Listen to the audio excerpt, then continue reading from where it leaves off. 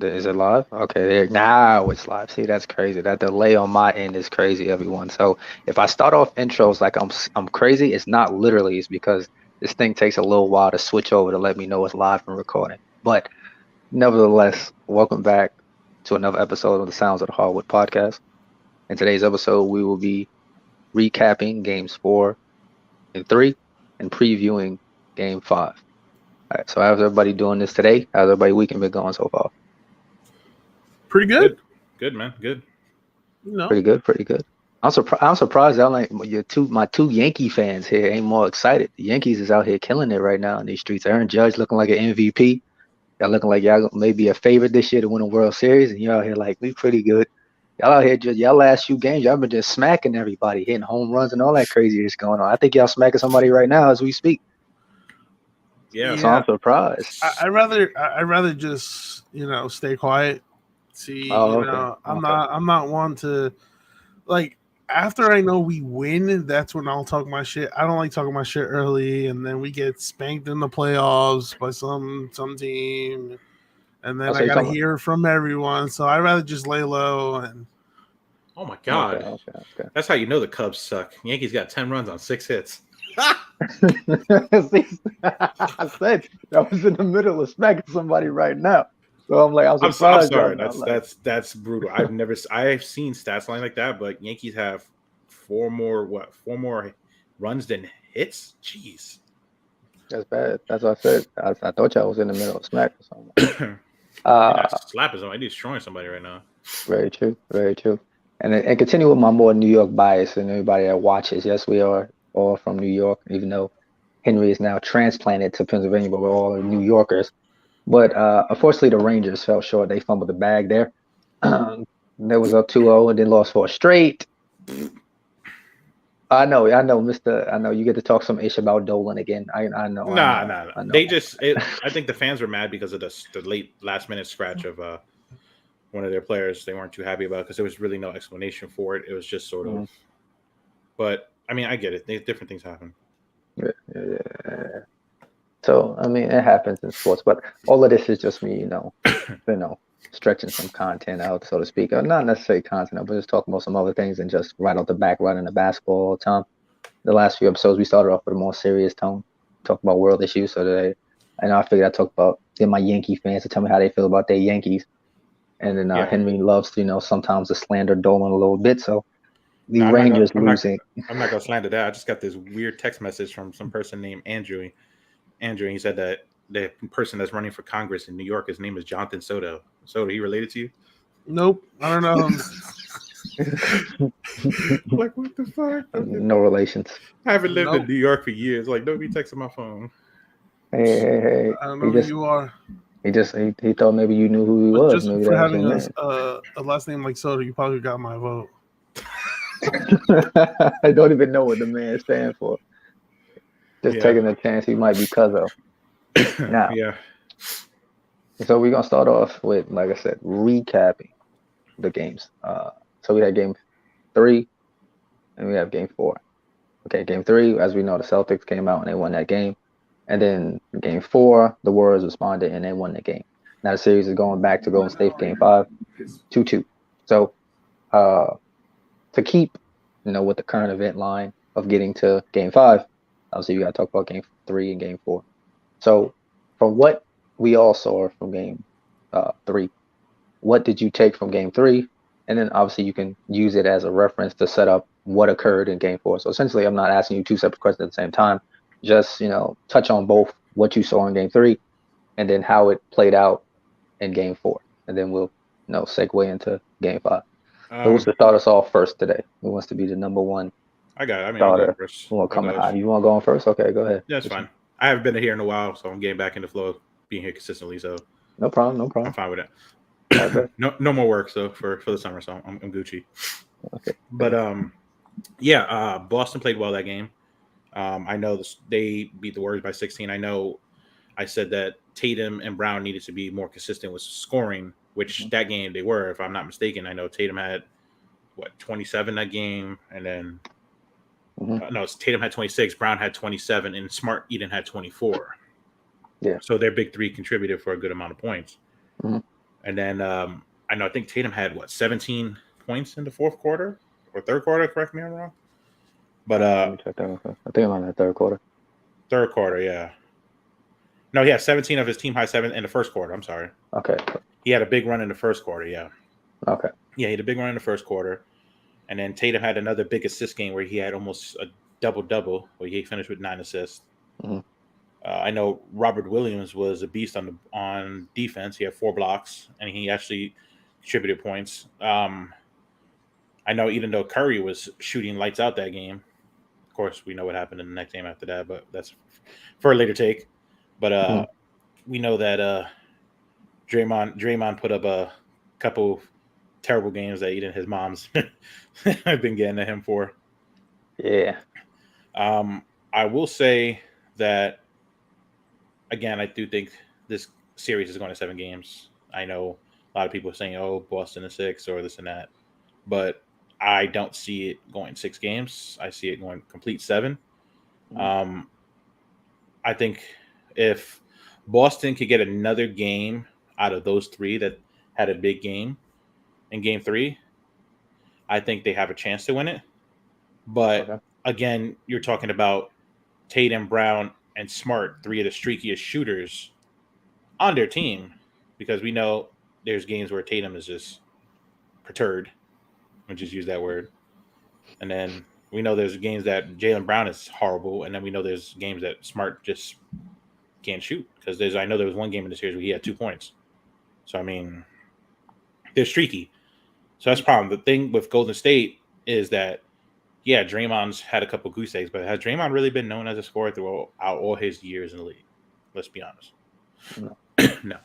So him not performing that way doesn't really hurt them in the box sheet. I mean, Clay needs to find his stroke.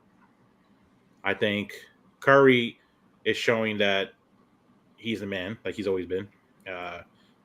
You know, he's fucking Curry. Like, yeah. You know, everybody wants to be Curry now. You go to these AAU basketball things, they teach these kids how to be like Curry. He sort of threes and all. Yeah, he sort of changed the game. But for me, Boston looked great in Game 3.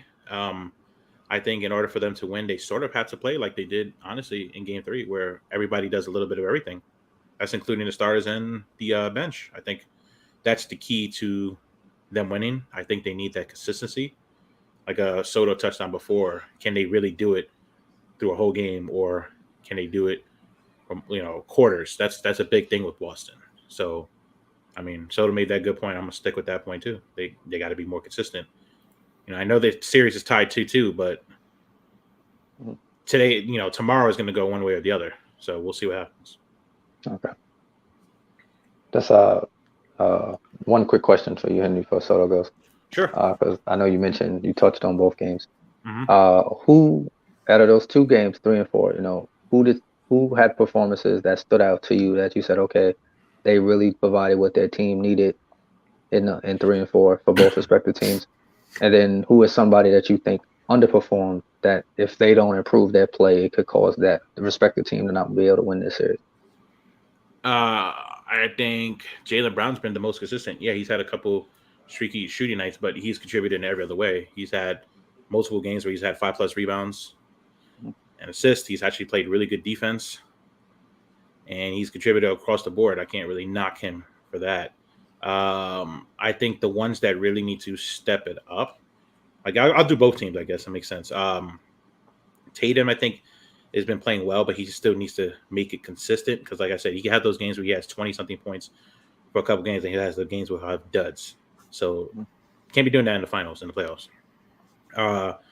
Marcus Smart, another one that's streaky. He can't have games where he has 2 points. He can't. That hurts the teams. Same thing with Big Al Horford. Same thing. You're a veteran. If you got the shot. I saw that game that he didn't score a lot. He was passing up a lot of wide open shots, and those are shots he usually takes. So I don't know what happened in that game, but I think a lot of their bench players and starters, some of them have to find the consistency. I think Tatum especially, because that team's really supposed to be his and Brown's team. Brown's been showing why everybody before the series started picked him to be sort of a MVP. Yes, Tatum's been playing well and better the last couple of games, but before the series started, everybody was saying that they think Jaylen Brown would be the series MVP for the finals. That's what everybody was saying.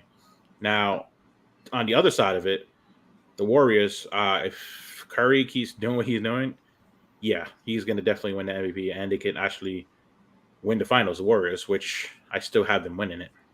I think for them, I think another one that's been playing well for them is underrated, and he's always been underrated, was Andrew Wiggins. Okay. Andrew Wiggins, how many boards the other day? 15, 16? I'm not, correct me if I'm wrong. Check the box list. About 15 or 16, something like that. But he's had a couple big games, and he's been doing it all. Played great defense. That defensive potential that Jimmy Butler talked about for years is out with him now. I think him and Curry have been playing great.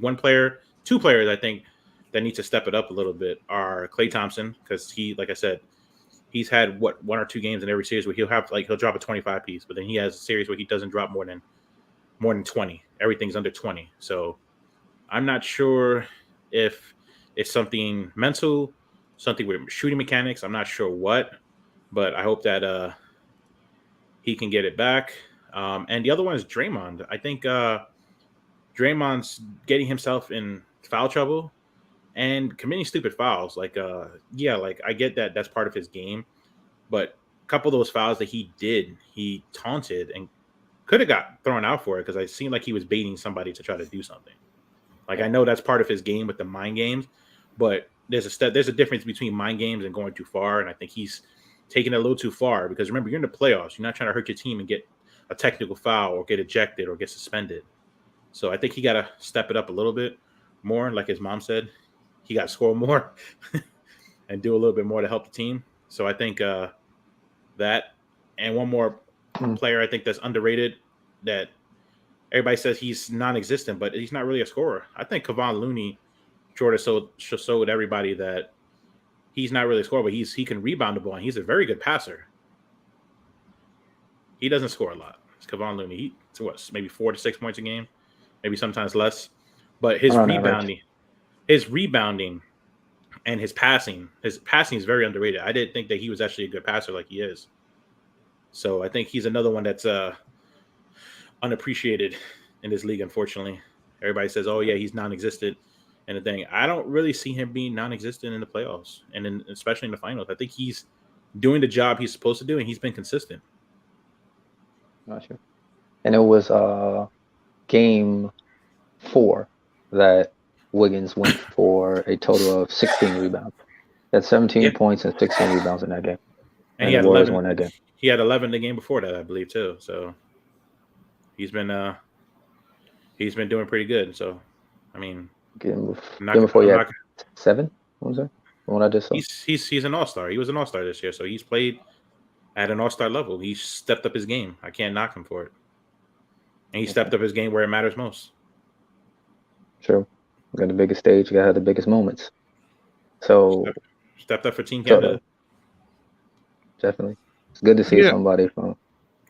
So for game 3, I think it was more of a Jaylen Brown and Robert Williams game. Jaylen Brown is the spark to this team. I've said it, and I'll say it again. And in the first quarter, he was in facilitator mode, and he was the guy in the first quarter. In the first 6 minutes, he had 10 for 10 on 3 for 3 shooting, and he had 17 in the quarter. Granted, he finished with 27 points, but I feel like the ball moves better when it's in Brown's hands as opposed to Tatum. And I'll explain that in a bit, because it leads me to game 4. But it was nice to see Thompson's game 3. It was a bounce back game for him. With a defense that smothers you for you to go out and shoot the way you did. That's definitely a confidence boost. To Thompson, who was really struggling the first 2 games. I feel like in game 3, the offensive board was a factor. Celtics had 15 and Golden State had 6. So there's more second chance points there. And then also they forced Golden State to commit a lot of turnovers. Golden State had 17, Boston had 12. And we've mentioned on the podcast last week that whenever the Celtics commit 15 or less turnovers, they had like a 10-3 record throughout the playoffs. I felt like Curry's 2 quick fouls was kind of like the beginning of the end for that game. Because I know from that point on, he was frustrated and, he can't play as aggressive because, I think up until the third quarter, he had like 4. So, it didn't throw him off his game, but it wasn't like, it wasn't ideal for him. But I think, when it comes to Boston, that, and I talked to Ant during that game, Boston's aggressiveness when attacking the paint, that was big. They had, I think it was 52 points in the paint. And I was just like, oh, all right. So this is their new game plan. Just, attack them right in this, right in the paint. And it worked wonders for them, and, I know Henry mentioned Rob Williams. I think Rob Williams' presence was felt, whether it was blocking shots or on the offensive board, like he was active despite, being less than 100%. He's had 2 blocks every game this series. Yeah. And then, with all the, smothering defense, that I believe that got into, Golden State's head, because they had poor transition and then lots of miscommunications on Golden State's part, which the Celtics definitely took over. We at one point we thought Golden State, was like, oh, here they come, their third quarter, that's their quarter, they take a 1-point lead, and it happened very quickly, because then the Celtics, bounced back and absolutely destroy them in the fourth. But it just shows that, that it's something about that third quarter that the Warriors love making adjustments. And then the Celtics, they made their own adjustments in the fourth quarter. So it was just a well-rounded game for the Celtics on the paint, on defense. Everything was going their way in that game. Similar question like I raised. Well, not the similar question. Same question like I asked Henry earlier. I'll ask you the same question. Out of those games, 3 and 4, who are the players that you think stepped up and played well are going to be keys to their team winning the series if they continue playing that well? And then players who didn't play well for their respective teams that you think if they continue to play like that could cost their team a chance at winning the series? Well, I didn't touch base much on game 4. Well, we'll do so in a couple of minutes. Okay. But so game 3. Yeah, so like game 3, what I need to see more is more of Jason Tatum. I mean, yes, he's getting his 20-something, but he needs to be the guy. And I felt like I think that's more consistency too. So I agree. No, 100%. It has to be consistency, but I've seen more consistency out of Jaylen Brown than Tatum. And Tatum is supposed to be the guy. But doesn't that baffle you though that everybody's saying Tatum has higher odds to win MVP of the series than Brown, because Brown has been more consistent. Tatum's been well, that's the thing. Before the series started, I picked, if the Celtics are going to win the championship, I picked Jaylen Brown to win MVP. Correct. Same thing. And I think he's right on the money. But I think he's the one player that just needs to take that extra step. I mean, listen, you're on the cusp of being a superstar. You need to take more. I wouldn't say an aggressive. Being more aggressive, because he does that by shooting, but it all falls under consistency. Now I love what Rob Williams has been doing, less than 100%. Imagine him 100%, that's scary, but less than 100%, he has been everything that the Celtics have wished for and more. And the reason why is because I feel like he is a huge difference maker, like on both ends. You can lob it up on offense. You can lob it up. He'll catch it. He'll throw it down. And then, which kind of like opens the paint. And then on defense, he's their best defender. And especially in the pick and roll where you can switch and, he can contest that 3-point shot. I think he's just tremendously big for the Celtics. Okay. Now for the Warriors, I feel like the one person that has to step up, you can say Clay, but I'm kind of giving Clay a pass, and maybe I shouldn't, but I feel it has to be. I feel like it has to be Jordan Poole. You can also mention Draymond, but here's the thing: Draymond, yes, with his foul trouble, absolutely, but I'm not expecting Draymond to give me 10 points a game or not even 8. You know, he's not he's that defensive. Like that. He's that defensive anchor, and you're right. But which on Draymond, he just needs to tone down the fouls, because the Celtics in that game, they were getting to the line early and drawing fouls, and that's what kept them with their momentum going throughout the game. But I feel like Jordan Poole hasn't been, I feel like, the same since that Denver series. Like, he was legit cooking, and you can rest Curry and not worry because you had Poole in.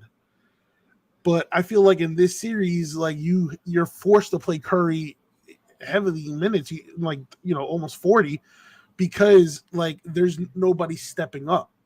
And Clay is still searching for himself, but Poole needs to come with that same confidence that he did during that Denver series, because games 1 and 2, it was just like, well, pool party is closed.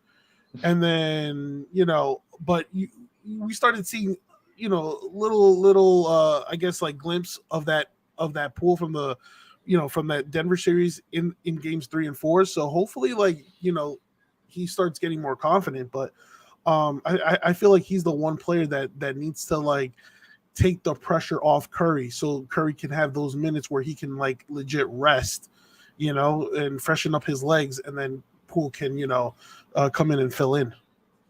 Gotcha. Yeah, he's been locked up a little bit throughout the series, so I agree. And I know you did game 3 just now, so Henry touched on game 4 a little bit. So I'm gonna give you the same opportunity to touch up on game 4. I'll touch it just a tad. So the Celtics absolutely abandoned everything they did in game 3. Absolutely everything they did in game 3. And it could be, the Warriors made their own adjustments, but I just didn't see that like aggressiveness. Like game 3, Celtics came out fighting. But the Warriors are known for making good adjustments, and obviously championship DNA and their experience, and I did pick them to win the series. I think that's what that went the Warriors' way. But touching on the Celtics, because I'm going to focus on the Celtics a little bit more. Mm-hmm. Tatum can't be having 6 turnovers. Like, we touched that on the last episode, where he was bringing up the ball, and we debated, that he shouldn't bring up the ball. But yeah, I mean, these turnovers are killing them, and then I feel like there's no clear consistency. Tatum went 8 for 23 points, but it's like, you have 6 turnovers on 6 assists, like, and then he also had 23 points on 23 shots. That's not good either. And then you have Smart, 18 points. That's great. Jaylen Brown, he did his thing too. But I felt like Golden State just pretty much adjusted.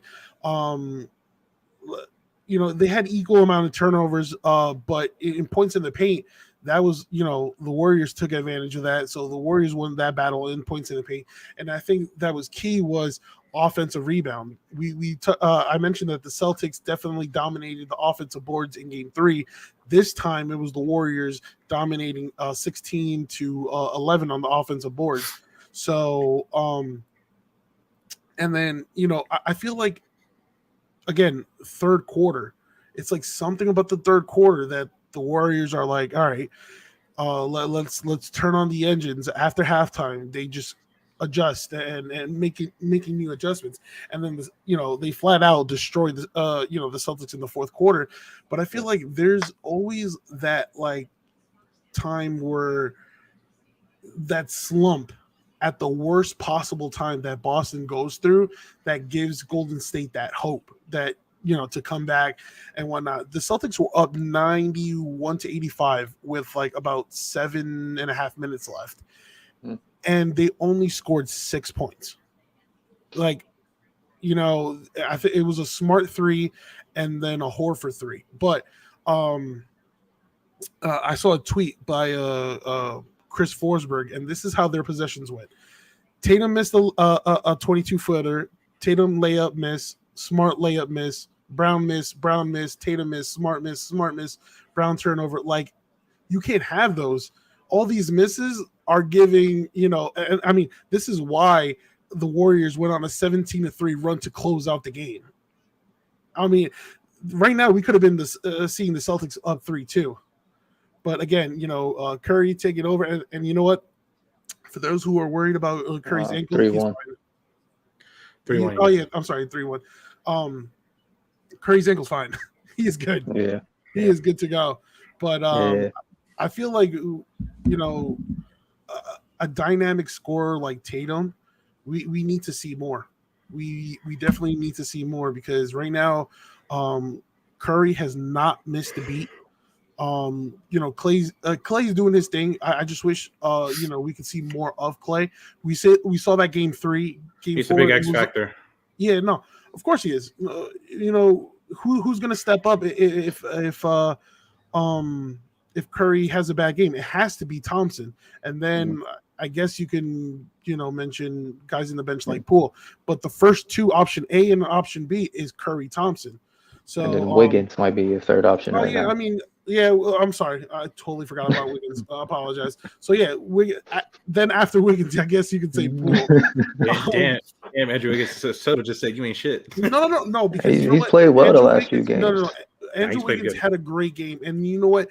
On the defensive end, he's been doing a great job. And like you mentioned, Henry, last game he was active on the boards with 16 rebounds. Like he was all over the paint. And then so was Curry too. Like when you have Curry getting 10 rebounds, Draymond 9, Wiggins 16, Looney from the bench getting 11.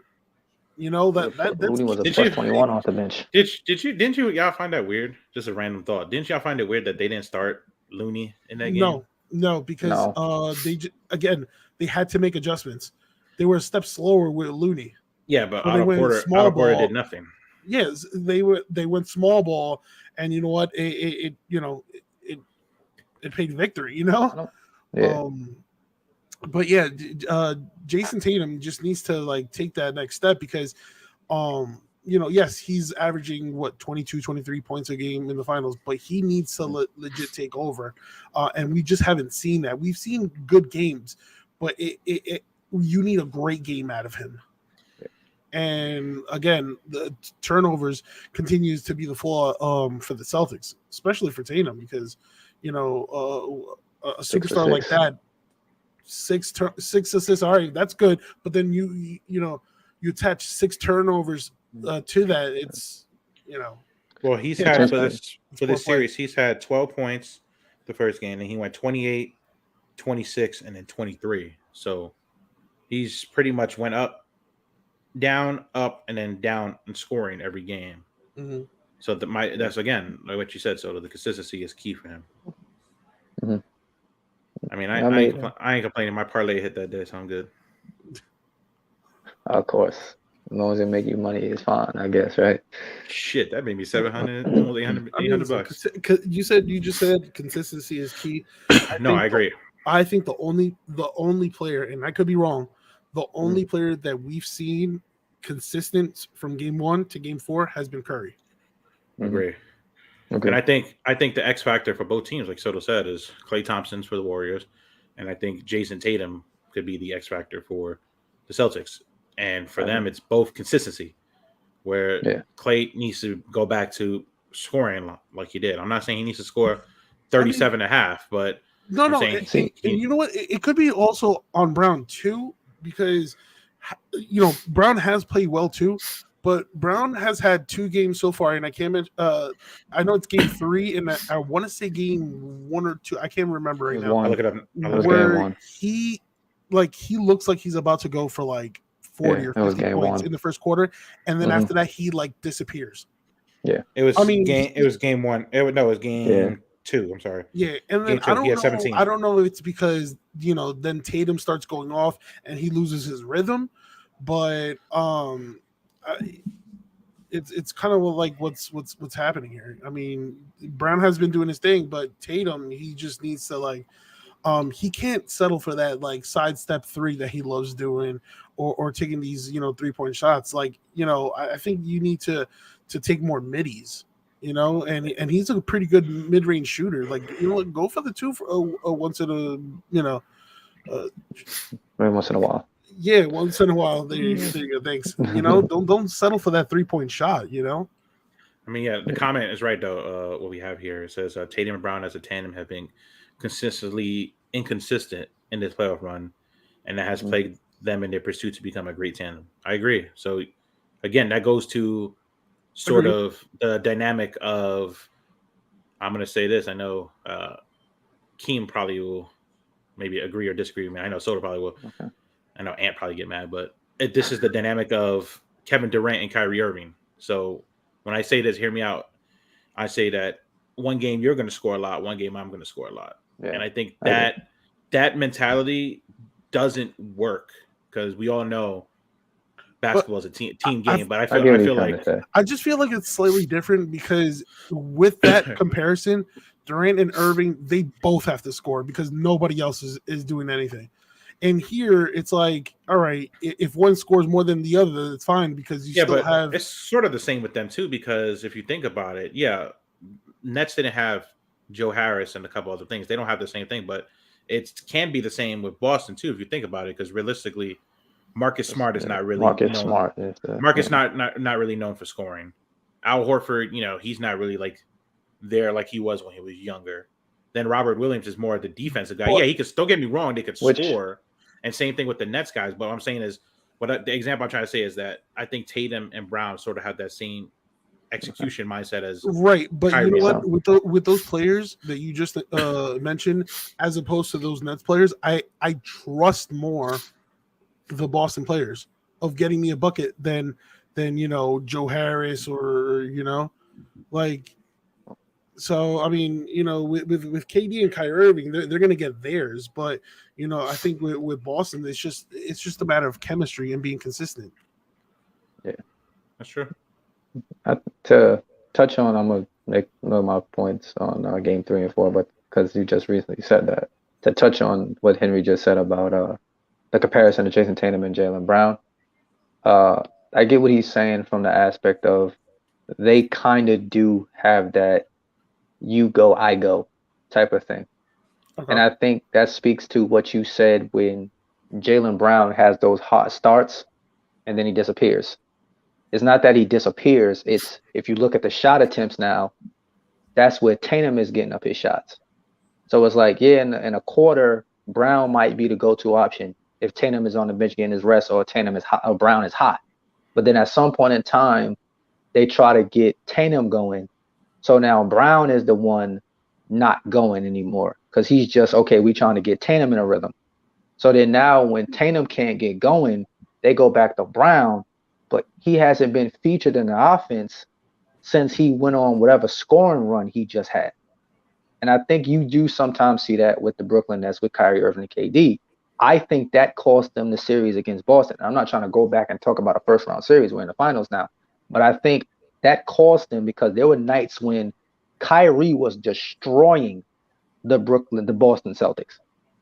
And the game where he flipped the middle finger to the fans, he was lighting up the Celtics.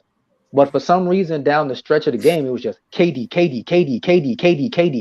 And he's turning the ball over. He's missing shots. So I get from that standpoint of what Henry's saying is that sometimes there is like a stand and watch the other one, and that disrupts them sometimes. Correct, and I think that could hurt Boston in the playoff series. I think that they have a legit chance to win the finals. Same thing with the Warriors. But if they keep doing that, I'm going to go, you're going to go bullshit, which we know, proven this does not work. Obviously, Brooklyn Nets not in the playoffs no more and whatnot, but it's proven that it does not work. So are you going to keep going with that strategy, or are you going to just try to, whoever has the hot hand, go to the hot hand and stay with it. And then they get cold. Basketball sort of a game of, it got to be fluid. You can't just force it. So like game 1 where Tatum shot had 12 points and shot 4 for like, basically Allen Iverson numbers in the playoffs. He had a bad game. Yes, I do that out there. That one game where John Starks where he went 3 for 20 something. Yeah. So Knicks fans remember that game. Yes, I know. But I'm just giving you examples of how you could shoot yourself out of a game and you don't play team ball. Did he have 13 assists? Yeah. And then I know Soto didn't touch on this earlier about the Tatum getting more assists, but Brown has been more. I think Brown is more of a playmaker than Tatum. I think a lot of Tatum's assists are sort of like last second in the shot clock. I could compare it to sort of playing 2K. A lot of Tatum's passes are forced, which is why he had 6 turnovers. Yeah, but I'm talking about the 13. I'm talking about the 13 assist game because I think, like you said, Soto. I think Brown. Well, yeah, for that game, it was like he couldn't buy a bucket, which was like, all right, so since I can't buy a bucket, then I'm gonna have to I have to set somebody to do it. You know. I think Brown is more of a pure playmaker as opposed to Tatum. That's just how I've seen it because I wouldn't say a pure playmaker. I think he's a better facilitator. Yeah, well, same thing. I'm trying to say like he's better. I'm trying to say like that because I think, like I said, I think Tatum. I compare it to sort of 2K where we play sometimes. You know how sometimes one of us gets caught in a dribble and we pass the ball last second in the shot clock. And we sort of have time to shoot. We don't really have time to shoot, but we force a shot up. Sometimes I'll go in. Oh, I know the feeling. Me too. But me too. But I'm gonna say that. But what I'm trying to say is that's sort of how I think a lot of Tatum's passes are. I think his are sort of like it's sort of like and Soto agrees with me with this one. It's sort of like the Julius Randle effect. You hold the ball too long with 2 to 3 seconds left. You pass the ball, and they have no time to shoot the ball. No, I'm serious. Ladies and gentlemen, your Nick reference. No, I'm serious. I already said the Nick reference to John Starks, but what I'm trying to say is he holds the ball too long. I don't think he's a better facilitator. Everybody says, "Oh yeah, he's a better facilitator than Brown." I don't see that. Like Soto said, I think he forces himself to pass the ball because he doesn't get the shot. As opposed to Brown, I think he's more willing to give up the ball and try to build in more into the team aspect. Not saying that Tatum can't do that, but at this point in the series, I think Brown has been more consistent. And basically what Coach Norm Fisher said is basically both of them have to be consistent together instead of being consistently inconsistent. Absolutely. And what you just said sets up what I was going to say about game 3, the game 3 performance. I was watching it with my dad, and he was talking about the game and was talking about how when Tatum and Brown could get to the basket, they do whatever they want, and the Warriors have no answer. Correct. But when they settle for the jump shot is when they struggle. Most of the time when they settle for that jump shot is when they do vintage James Harden impersonations. They spend a lot of time dribble. They dribble that shot clock down. There's no off-ball movement. And as Warriors defense gets to set on them, then they don't have those driving lanes anymore. But when they get it and decide, I'm just going to make a quick move, get it, go to the basket, there's nothing the Warriors can do because they do not have paint protection. What helped the Celtics, in my opinion, in game 3 is Draymond Green's comment about him getting special treatment from referees.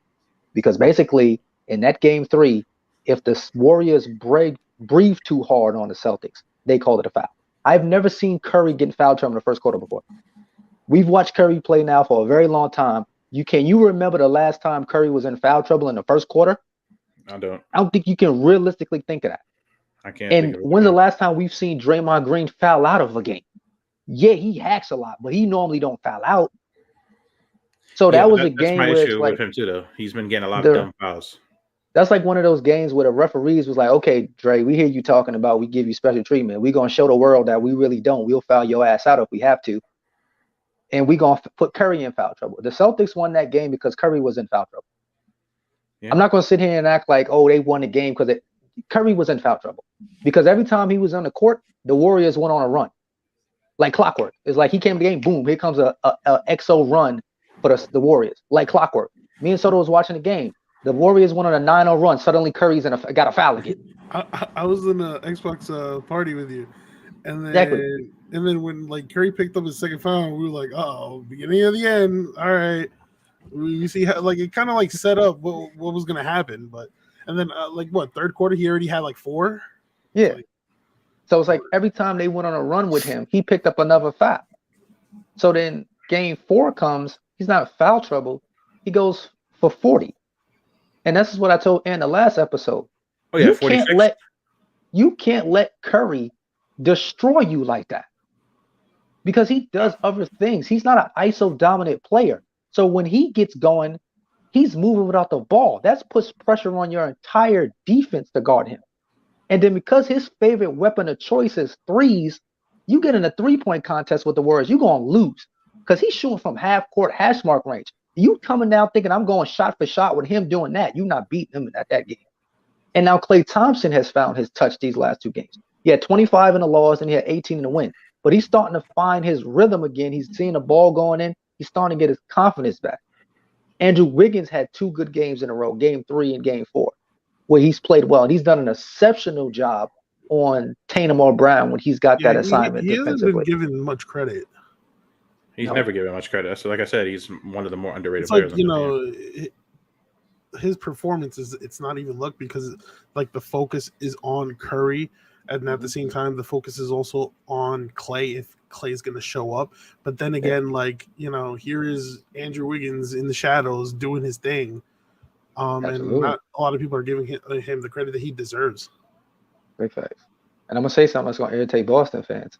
Right now, if I had a vote in the world, as you said, I could vote on Defensive Player of the Year, I'm not giving it to Marcus Smart. Because you getting that ass lit up like a Christmas tree right now. You supposed to be the Curry stopper. Before this series started, we kept talking about all these numbers that Marcus Smart does on Curry. He's shooting 50% from the field and 3.0 on your ass. You ain't nowhere to be found in this series. So my thought process is that's the only option they got. They tried to put little Derek White on him like that was going to do something. No disrespect to him. What was they thinking? Curry was like, okay, I'm just going to shoot further away from him. Curry out there basically doing LaMelo Ball high school impersonations. He's pointing to the spot on the court and then going there and shooting a 3 on Derek White. It's getting embarrassing. Literally on one possession, he literally pointed to where he wanted the screen, got the screen, came around and shot a 3, and Derek White is sitting there like, what just happened? Well, big fella, he literally pointed to you where he was going. So it's getting to the point where it's like, okay, Curry's just doing whatever he wants against this Boston Celtics defense, which goes back to my original point before. I don't see the Celtics defense stopping anyone. Okay, you can sit there and say, oh, we shut down Bam. Okay, is Bam a scorer? Like realistically, when you think Bam, or you think, oh, Bam is a walking bucket in these streets. No. If you're looking at the Bucks, oh man, they got no Chris Middleton. Oh man, who we got to stop? Oh man, damn, Bobby Portis might go for 30 tonight. Like, because Drew Holiday's not known as a scorer. And then, like we just touched on, the Nets. Oh man, we gonna leave. Oh shoot. Oh, we can't leave Blake Griffin and Bruce Brown open. They gonna kill us tonight. I'm gonna say Blake Griffin. He said the worst plus and minus player the whole season. Like, oh man, don't let Drummond touch the ball in the post. We got a problem down there. Like, that's the difference in this series. It's like, okay, when you gonna leave Klay Thompson open, eventually he's gonna make a shot. Wiggins will make a shot. Draymond is struggling because Draymond is not focused on basketball right now. He's more focused on talking to Craig Maxwell and CJ McCollum.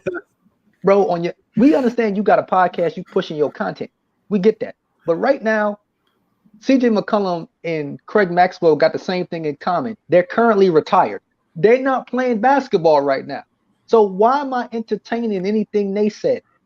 CJ McCollum said, I think the Celtics going to win. Okay, you got plenty of your time on your hand to analyze this series right now. You've been home since the first round. That's why you on ESPN with JJ Redick. I don't care what he's talking about. And Maxwell is a former Celtic. What do you expect them to say? You going to sit there and praise the Warriors? Probably not. So if Draymond would just focus in on the basketball game, he'd probably be better off right now. Because if he don't, like you said, he don't have to score 10 plus points. We don't need him to do that. We just need Draymond to make life easier for Curry, where Curry can get some and Thompson get some open shots without having a ball in their hand.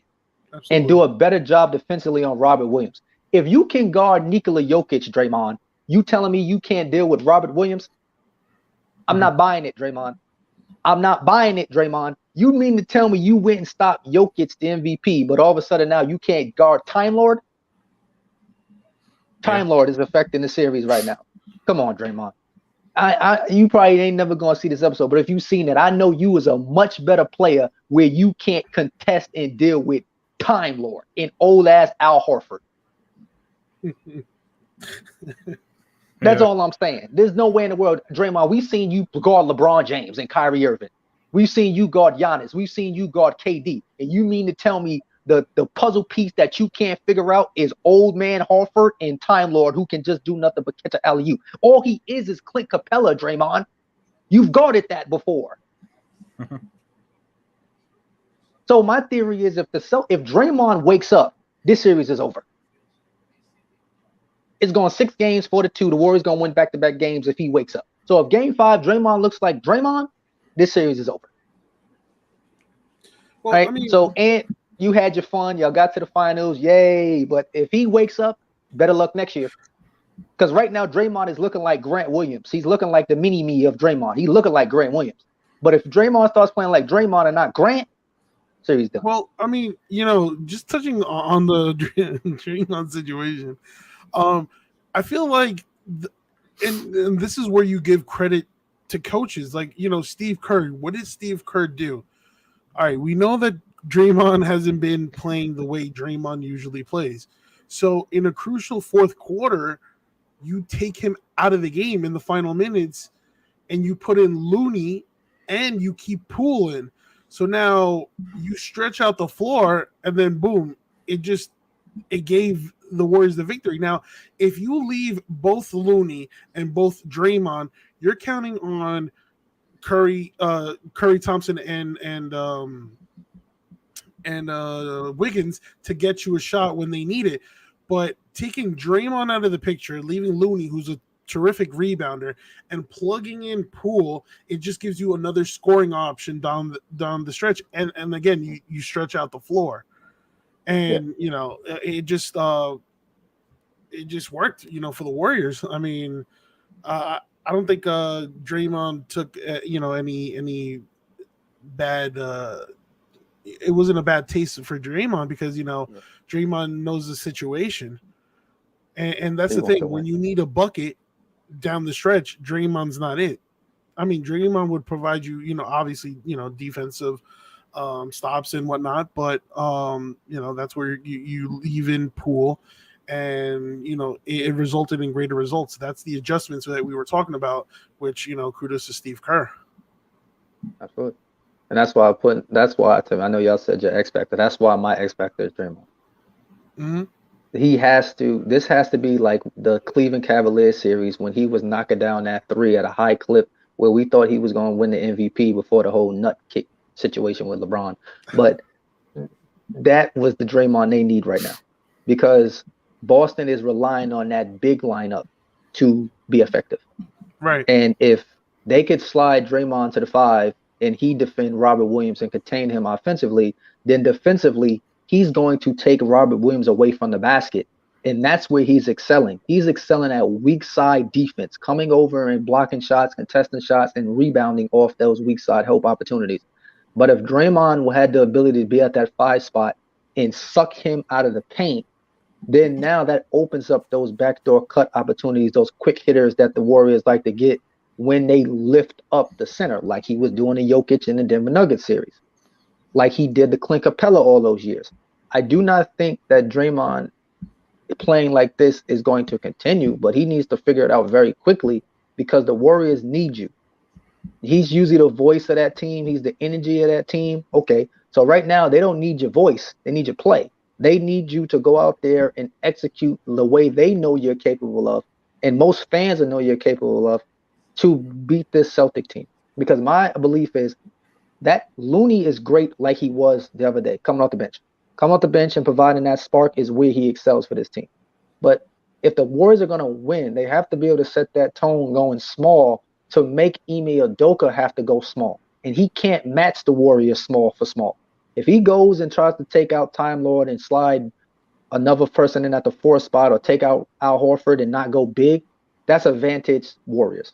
Because Grant Williams has been a no-show in this series. He's just out there for cardio at this point. He got the Apple Watch on. He's getting his reps in for the day because he serves no purpose. He's just out there. He's talking, but he's not doing anything. He's not doing nothing. So Tice can't touch the court because he can't defend the shadow. I mean, Tice's defensive effort is so bad. If Jesus said, yo, Tice, he's going right, I think he's still going to beat right because his defense is horrible. He comes in the game sometimes. He's the first possessions of the game. He touches the court. The Warriors put him in pick and roll as a guaranteed basket every time. So I do not blame Ime Udoka why Tice does never, ever touches the floor.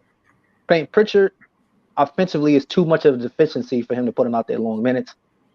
He doesn't really provide them with anything. And then Marcus Smart, that's the key. He's been the X factor. In games he scores 20 plus, they've won the game.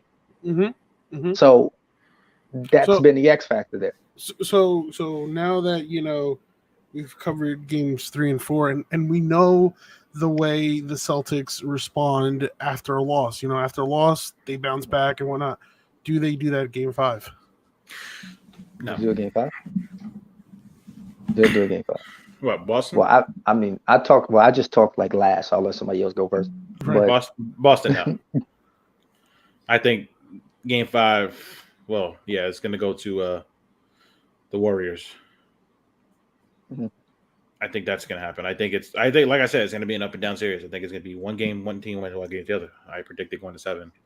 Obviously, other people are saying otherwise, but everybody's saying. I just don't see it. I'm not one to switch. I said Warriors in 6. It's probably going to go to 7, but I'm still sticking with Warriors in 6. Now that they reestablish home court again, now it's a best of 3. Next game at home, and I feel like what you guys said. Like it's like after a game, each team makes a certain adjustment, and they come away with the victory. With the Warriors, and I feel like the way they responded to the third quarter, fourth quarter against the Celtics in game 4, I feel like they're going to embrace that momentum heading into game 5. And yeah, I have the Warriors winning game 5. And those sports bookies gonna hate you for saying that. I mean, listen. Funny thing, I agree with you. I agree with you though. I think the Warriors are going to win. I don't see how people are saying Boston is going to win the next 2 games. I just don't I don't think the consistency is there on Boston's end for them to keep putting repeated performances. Like you said in the last podcast I was in with you guys, not the one that you guys did during the week, last Sunday. Mm-hmm. And Keem said Al Horford had his big game. That's it. He ain't dropping the 25 piece again. Yeah, having a combined 20 points in his last 3 games. He gonna have a combined 20 points, maybe in under. But I mean, yeah, I see the Warriors taking this one, and then home court doesn't mean anything. No. Let me just let you know, because Boston's won in Golden State and vice versa. I just think we're seeing something out of Curry. He's playing like a man possessed. And I sort of don't agree with you. Norman Fisher said about Warriors win game 5, the series over. I just don't see it because basketball is a game of runs, and look what happened. We thought, think about it. We thought the Warriors. Everybody thought the Warriors were going to win game 1. They won 3 quarters, and Boston destroyed them in 1 quarter. So remember, basketball is a game of run. Like Keem said, what was the run they went on to end the game? Even though Boston won, they won a 17-4 run, 17-3. Correct me if I'm wrong. One of those. Game 1? No, the last game. Oh, the last. They went on a 17-3 run. They went on a 17-3 run. Again, they made the game within 10 points. But basketball is a lot of time is a game of runs. So you go on a 17-3 run. If they would have had more time, think about it realistically. If we would have had more time, they could have went on a 27-3 run. So if it would have been 27-3, what does that make the game tied? Does that game go to Boston, or does that game to go to the Golden State? So again, we can't say that the Warriors are going to win in game 5. I don't think the series will be over after game 5. I still think the series is going to 7. Only banking of why I think if the Warriors win game 5, they're going to win game 6 is because they're the experienced team of understanding not to give a team another opportunity. And my mindset is, I'm not a Curry fan, but when I gain respect for him, you're a LeBron fan. We know that. As if I'm a Laker fan. Don't do that. We're not gonna act like I'm a LeBron fan. I'm a Laker fan. Let's not put that in the stratosphere. I know there's a lot of people that when he was in the Cavaliers, they had on Cavs jerseys. He switched to the Lakers. Yeah, they rolled their asses over the Laker Nation. Yeah, I know that. Of course but that. Yeah, I know that. I was never doing that. I'm not riding no waves in these streets. I'll keep it PG-13. I'm not a rave whiter in these streets. I didn't go from the Cavs to the Heat, then to the Heat to the Cavs, and the Cavs to the Lakers. I don't do that. I don't. When we get to the when you get to the part where we give our last things, I'll touch on that a little bit.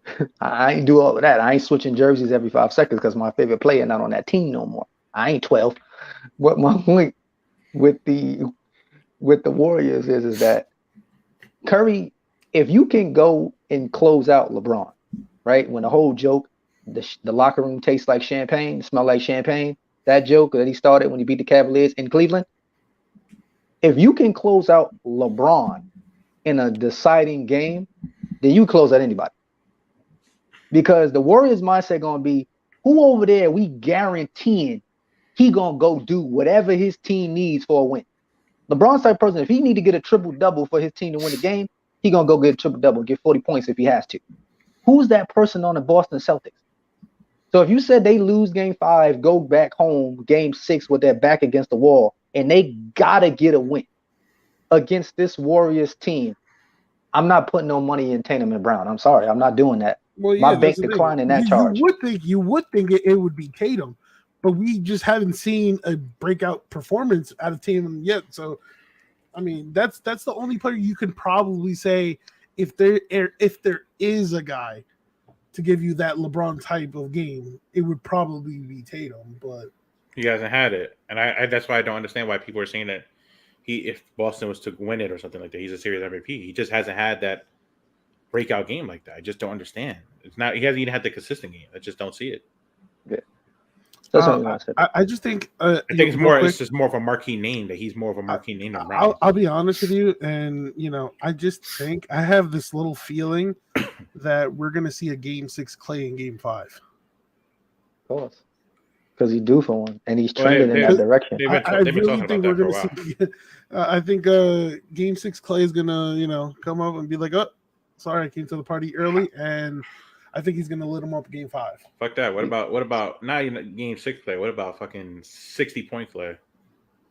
But to me, why I think he's gonna have a big Game 5 is what he said about Curry. He said he's making it look effortless.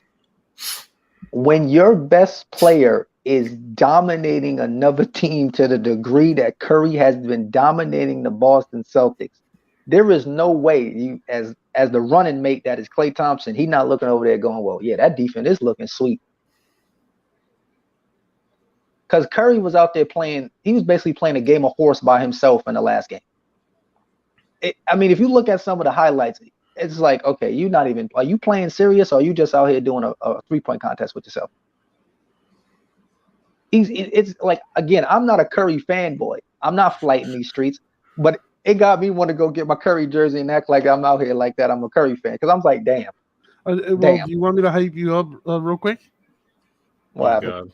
So Steph Curry's final averages through 4 games: 34.3 points per game, 6 rebounds, 3. You can put 4 assists per game, shooting 50% from the field, 49% from 3, 88 from the line against the number 1 defense and the defensive player of the year. Yep. That's why I say who they stopping. They've been stopping who? Shout out to Marcus Smart. They've been stopping who? Marcus Smart got defensive player of the year. Stop playing defense. I wish Ant was here right now because I'd ask him who they stopping, Craig. You know what? Who, Craig? You want to hype up Curry even more? Steph Curry is the first player in NBA history with at least 40 points, 10 rebounds, and 7 made threes in a finals game. Who, Craig? Like, I'm trying to who? The Boston Celtics fan. Tell me, who have y'all been stopping? I want to know, because don't tell me about some role players that y'all leaving out there that not getting no buckets. I don't care about that. Bro, they can't even stop Wiggins from getting 16 boards on them. I mean, listen. Wiggins, like we mentioned before, he doesn't get the credit that he deserves. Fighting for boards, second chance points. Like, I honestly believe I didn't see this coming from Wiggins. Yes, we knew he had potential, but it was like, all right, when is he gonna like, show all that potential that he has? And you already know, I I think the Warriors, yes, like Coach Norman Fisher says, the heart of a champion will smell. They're smelling blood right now. I'm not saying it's over, because again, anything can happen. But I definitely do have the Warriors winning Game 5. And here's the crazy part is, I had the Warriors winning in 6, right? And when we did the podcast, I had Game 1, 2, and 3. I said the Warriors were gonna win.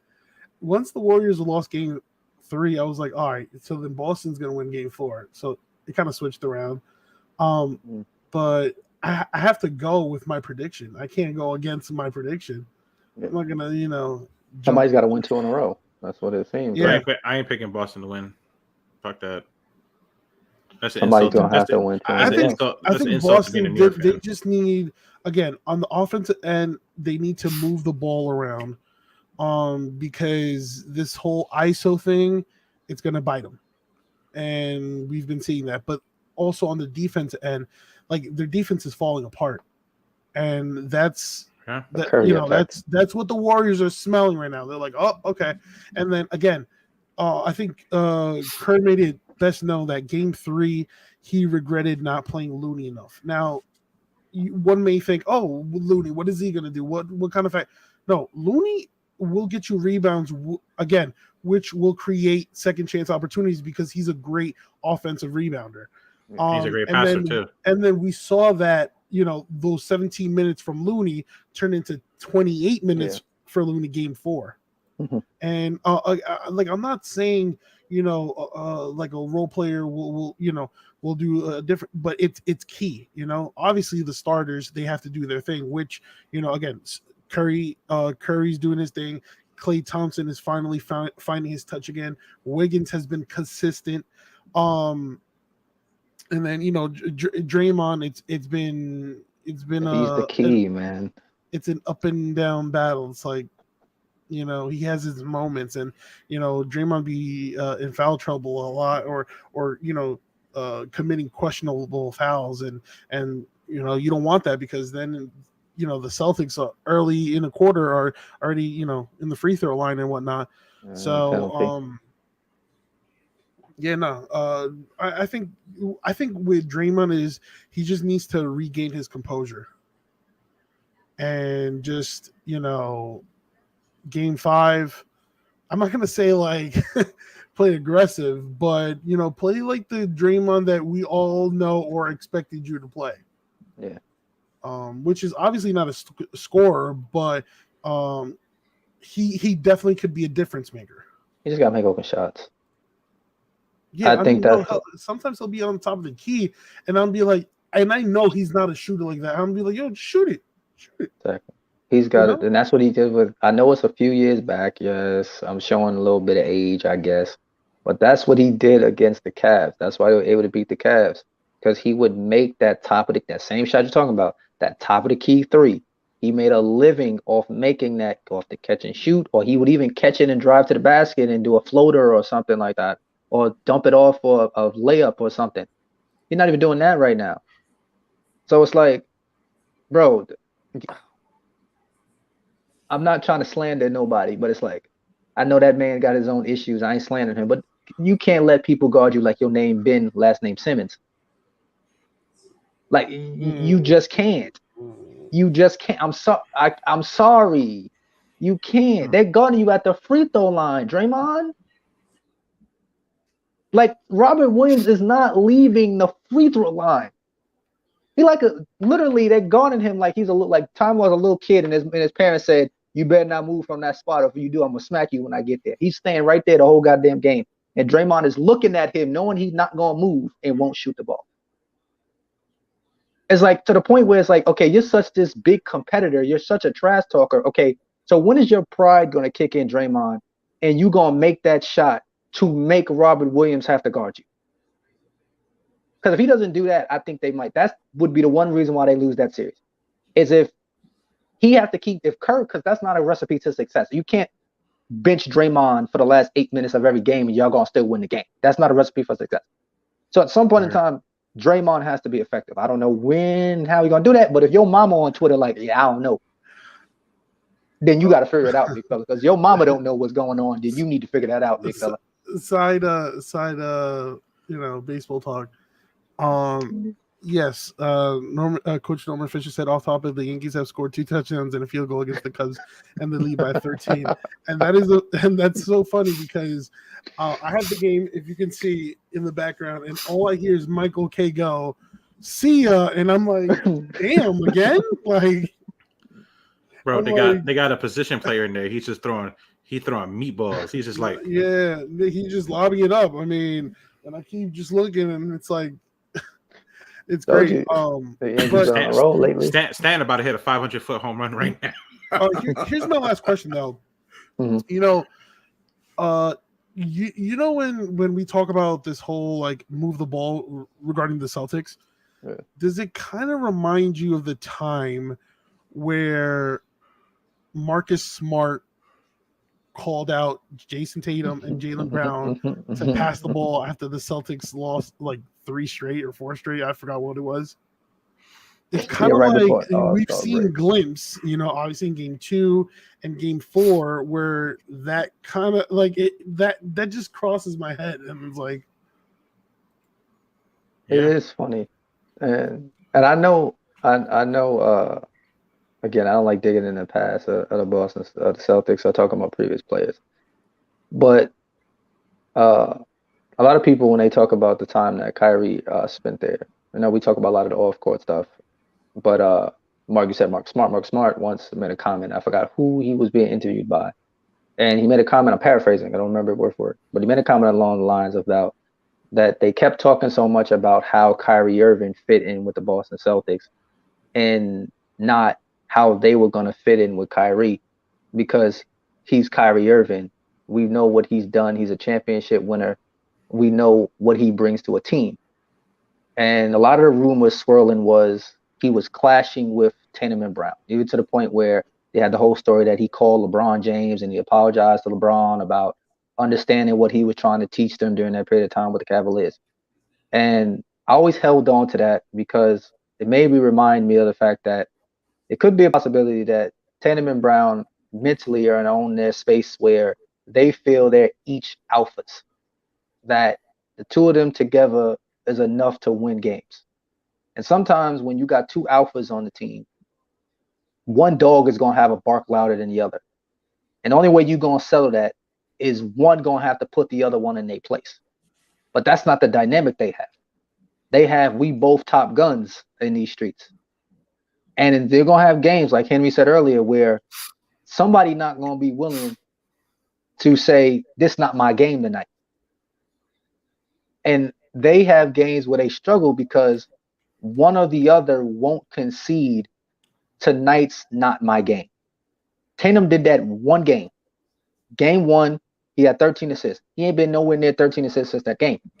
He had 9 the last game, but again. But they lost that game. And he also shot 7 for 23 from the field while he was at it. Just to add to your point, Keem, Coach Norm Fisher just said that Eddie Johnson said on his talk show that when will Tatum and Brown revert back to how they were playing before January? It's an interesting take. It looked like it's here. It looked like it's unfortunately here. Because we can move them back. Let's be honest. Let's not even cap. Before January, how were they playing? Those two. They were trash. Straight up duck shit. So every Celtic fan was nowhere to be found when they was playing like that. Yeah, pretty much. They were. Except Ant. Ant always believed in the Celtics. Yeah, sure. He didn't think they was gonna beat the Heat.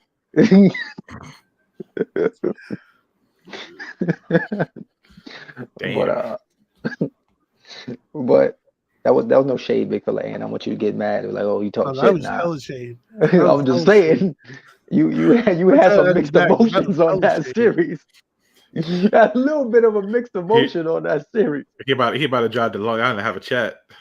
He was a little worried. I'm like, Big Fella, y'all got this. Trust me. It's gonna say buckets. It's gonna say buckets into the chat. It's crazy. Ant hasn't said much over the series. Just pretty much what he said on the podcast. But I'm pretty sure he's been taking notes. I know he has a little black book somewhere taking receipts. So taking receipts. I hope he cash him in soon. But because he better strike with iron's hot, because when they lose, I don't think he's gonna be using that black book. You have to switch to another one. Nope. But I mean, we did cover 4, cover game 3, came over here for a preview game 5. So like always, we get to our segment where we're wrapping and closing, and I give y'all guys the time to speak about things that's on your mind. Don't have to be basketball related, don't have to be sports related. There's anything that you feel you want the world to hear. What y'all got for your closing thoughts? I have a good one. Okay. I feel like, and it's actually about the podcast. Most of the comments we get are from Coach Norman Fisher. Yeah. Maybe we should make him an honorary member of our podcast. I'll bring him on. It kind of feels like he's part of the group. Pretty much, right? He's a part of the group. Yeah. It's like us, and then we have his point of view. Well, it would be coach's mind. It would be nicer to have a older person that actually saw like the game, how it's changed from back in the day. Like I thought about that. I talked about that with my dad too, because my dad's in his 60s, so like he has a lot of perspective on baseball and basketball and all sports in general. So he's we've seen him butt heads with Pete, butt heads with Ant. I feel like he's part of the show already. The Ant one is hilarious. Ant Pete's hilarious. But I mean, that's an interesting touch. I mean, maybe do a episode when the season is over and discuss recap. We could talk about the finals. Recapping the finals of what was the greatest finals we've ever seen. And obviously, now, if he comes on the podcast, are you gonna be on the same screen as him? Is it gonna say Norman and Hakeem, or is it gonna be like separate screens? Why would it be the same screen, Biko? I would love to have him on the episode separate, just to see his facial expressions when somebody says a crazy take. Like Henry when he says something about the Knicks. But his dad's about the Knicks or Ants about his Celtics. His dad's a Knicks fan. I want to be there. But he like a realist Knicks fan. Yeah, so he had no interest in this Knicks team, and did not believe that Julius Randle was going to recap what he did last year in this season at all. Russell Westbrook opting into his $47 million contract. What a surprise! Well, it's either that or he's going to be signing up for AARP early. I mean, he got no choice. He ain't like nobody else. He's going to even get the league minimum. That brings me to my closing thought, because y'all segued it somewhere. No, exactly. Actually, I want to add one thing, King, because you mentioned it earlier about remember when I said the LeBron comment to you, you're a LeBron fan? Mm-hmm. Those people that are fans of single players and a team hop are not. I don't really consider people like that real fans, because you're with the team regardless of who the player is with. One player doesn't make a team. So I think those fans need to get a reality check, like you said, and to reevaluate. I've had people that he couldn't get a China deal. Oh, shit. That's fine. That's disrespectful. That's disrespectful, bro. I don't want to see. I get it. Everybody wanted to make fun of the Lakers. I get it. All right, but that's how you knew he was this. That's how he got it. The Lakers kind of exposed Russell. We had the question marks about could Russell be a factor of a winning team. Still, that was a question mark. But now you know for damn sure. No. So for all you Knicks fans out there that at once upon a time you wanted Russell Westbrook on the Knicks, we just did y'all a favor. Now you know. Well, hell no. Now we did y'all a solid. To segue into that, there's rumors about that happening again. I don't want to. I didn't want Westbrook on the Knicks.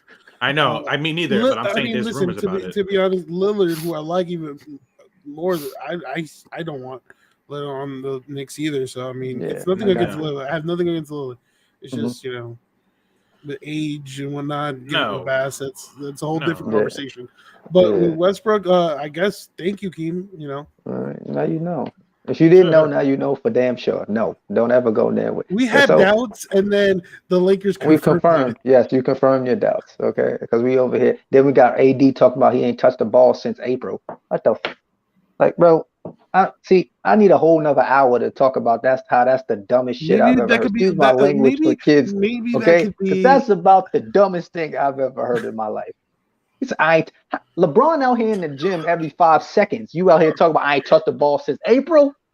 He said damn, you even dropped your camera. Because at this point I'm disgusted. He said I ain't touched the ball. Like what? This ain't a job at Popeyes, big fella. We'll like you said, I ain't fried some chicken in a few months since I've been off work. What? We'll do this. You know, the NBA season is wrapping up soon, and then we'll try to create as much content from here up until the next upcoming season. But maybe we can find somewhere in the middle where you could just give a Lakers recap or a Lakers preview, like a preview into next season.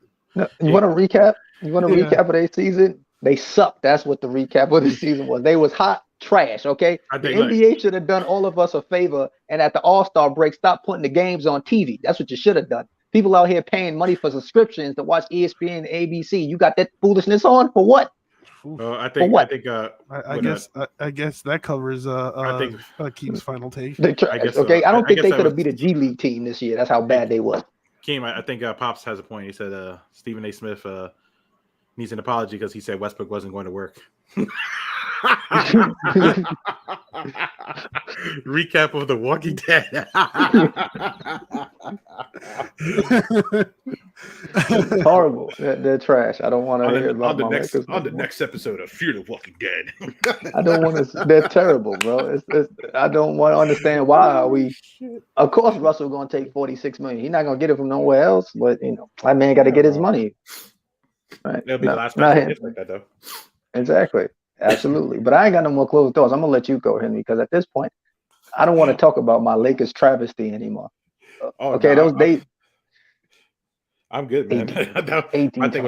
My thing was just to touch on the fan thing. That was it. AD. And he killing me. I'm relaunching my podcast. That's about it. Okay. But as a mix of education, but still fun stuff too. Okay, so you get to have teachers talk about fuck them kids? No. And what kind of educational stuff? Science, math concepts, different things I went over. Probably historical facts, showing kids how to do stuff. So you're trying to be like Bill the science guy? He said Bill the science guy. Hey, you're trying to feed, you're trying to inspire you. What you mean? I'm gonna tell you, them kids be bumping the Bill, not the science guy. Okay. You're trying to inspire the youth, and they don't hate on that. Them videos still popular. So Russell looks like Hakeem when he was 9. I don't think I was ever that bad. I ain't never tried. I don't think I ever hit the top of the backboard on a wide open shot and called it. Okay, remember that. Russell looked like Hakeem when he was 9. Oh shit! You trying to call Bank at the top of the backboard? Don't play me like that. I ain't never hit the top of the backboard wide open. Okay, that's a different slander right there. That's a whole. Okay, see, I get it.